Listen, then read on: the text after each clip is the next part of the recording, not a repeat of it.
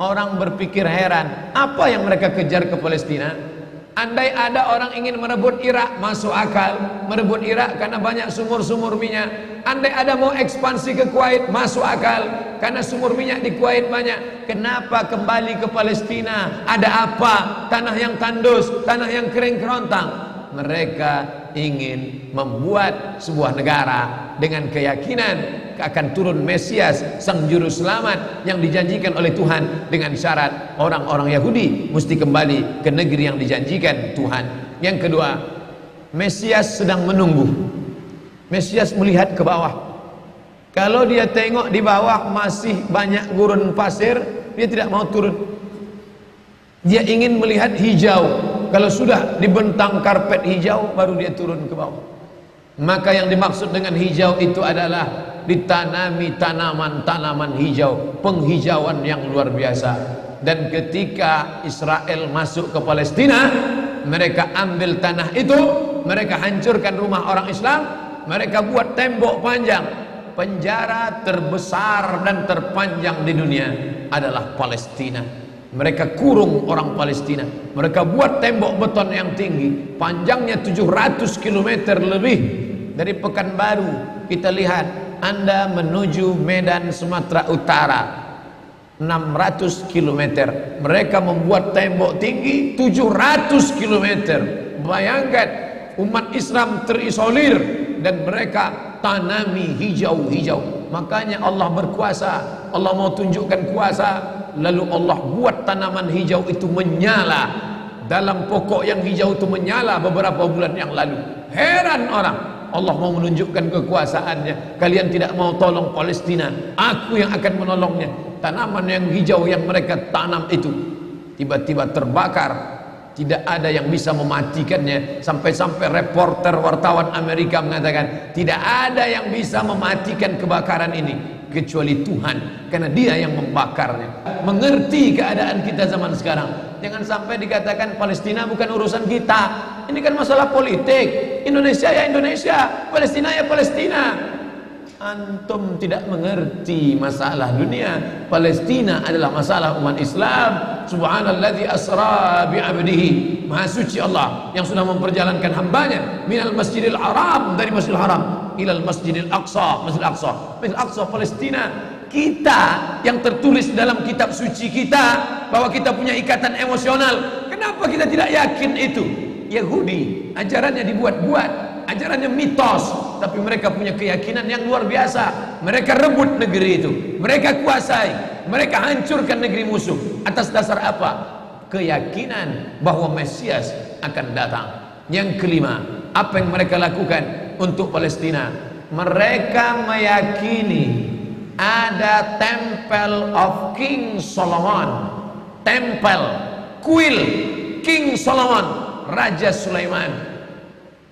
Datang pula orang Indonesia latah, dikatakannya Sulaiman ini kerajaannya bukan di Palestina, di Yogyakarta, Sleman. Kata dia, King Solomon itu punya tempel kuil, dan Temple of King Solomon letaknya pas di bawah Al-Masjidil Aqsa. Apa maknanya? Mereka mengeruk setiap hari bulldozer, traktor, ekskavator, terus mengeruk keliling Masjidil Aqsa. Mereka ingin meruntuhkan Masjidil Aqsa. Tulis Temple of King Solomon, enter, pilih image, tampak gambar replika. Inilah kerajaan Sulaiman yang ada di bawah Masjidil Aqsa. Akan mereka naikkan. Mereka sudah bangunkan rumah kecil replikanya, seperti orang Riau membuat rumah replika, rumah Melayu Kampar, rumah Melayu Siak, rumah Melayu Bengkalis. Di mana rumah itu?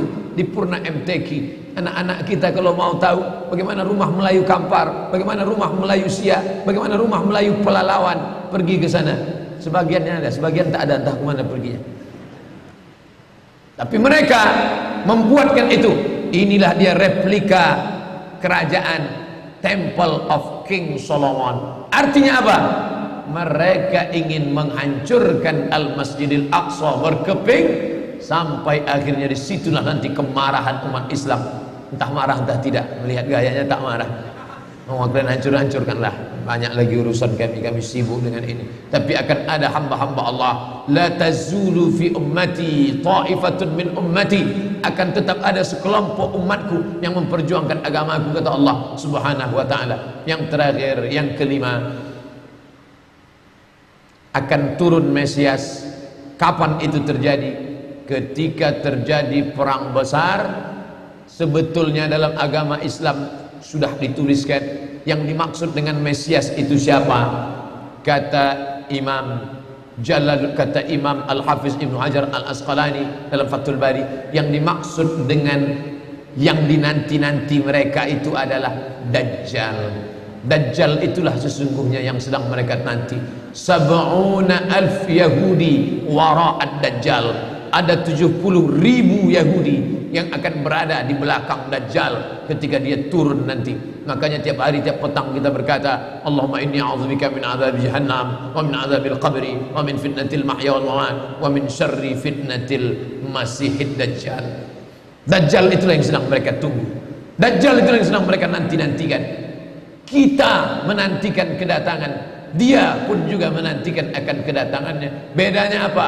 Mereka meyakininya dengan semangat mereka luar biasa. Mereka bangkit. Umat Islam percaya. Padahal tiap hari dia katakan sebelum salam, Allahumma inni a'udzubika min adzabi jahannam wa min adzabil qabri wa min fitnatil mahya wal mamat wa min syarri fitnatil masihid dajjal. Tiap hari dikatakan, tiap hari diucapkan. Tapi dalam hati, betul tak Dajjal datang? Entah iya entah tidak. Mereka yakin Dajjal akan datang, tapi mereka katakan itulah pemimpin kami, itulah Tuhan kami, itu adalah jelmaan daripada Tuhan kami, itu yang ada yang menghancurkan dunia, dia akan menjadi panutan kami. Kita berkata itu musuh kami, tapi kita pun ragu entah musuh entah tidak. Oleh sebab itu kita minta ampun kepada Allah atas kurangnya iman kita. Subuh ini kita bangkitkan semangat kita, tapi yang datang kepada, kenapa Allah tidak menolong? Katanya Allah itu maha kuasa. Cukup dia teriakkan saja, malaikatnya satu berteriak, pecah gendang telinga orang Yahudi, mati. Cukup dia tiupkan angin sejuk, terhirup, mati. Kenapa tidak dia matikan saja Yahudi itu? Datang Syekh Muhammad Jibril, Syekh Dr. Muhammad Jibril, Syekh Profesor Dr. Muhammad Jibril, dosen tafsir Al-Azhar. Kami undang, mahasiswa Indonesia mengundang di waktu di Mesir dulu kuliah. Lalu saya tanya, Assalamualaikum Syekh. Ya, kaum Ad binasa, kaum Samud binasa, kaum Midian binasa, kaum Iram binasa, kaum Fir'aun binasa. Kenapa Allah tidak membinasakan Israel ini? Senyum Syekh Muhammad Jibril. Apa kata dia? Ya beni, anakku, seandainya Allah membinasakan Israel ini, lalu apa yang tersisa untukmu? Ditunjuknya saya. Seandainya Allah membinasakan Israel ini, lalu apa yang tersisa untukmu? Terdiam saya. Allah sengaja sisakan ini sebagai medan jihad kita menolong agama Allah Subhanahu wa ta'ala.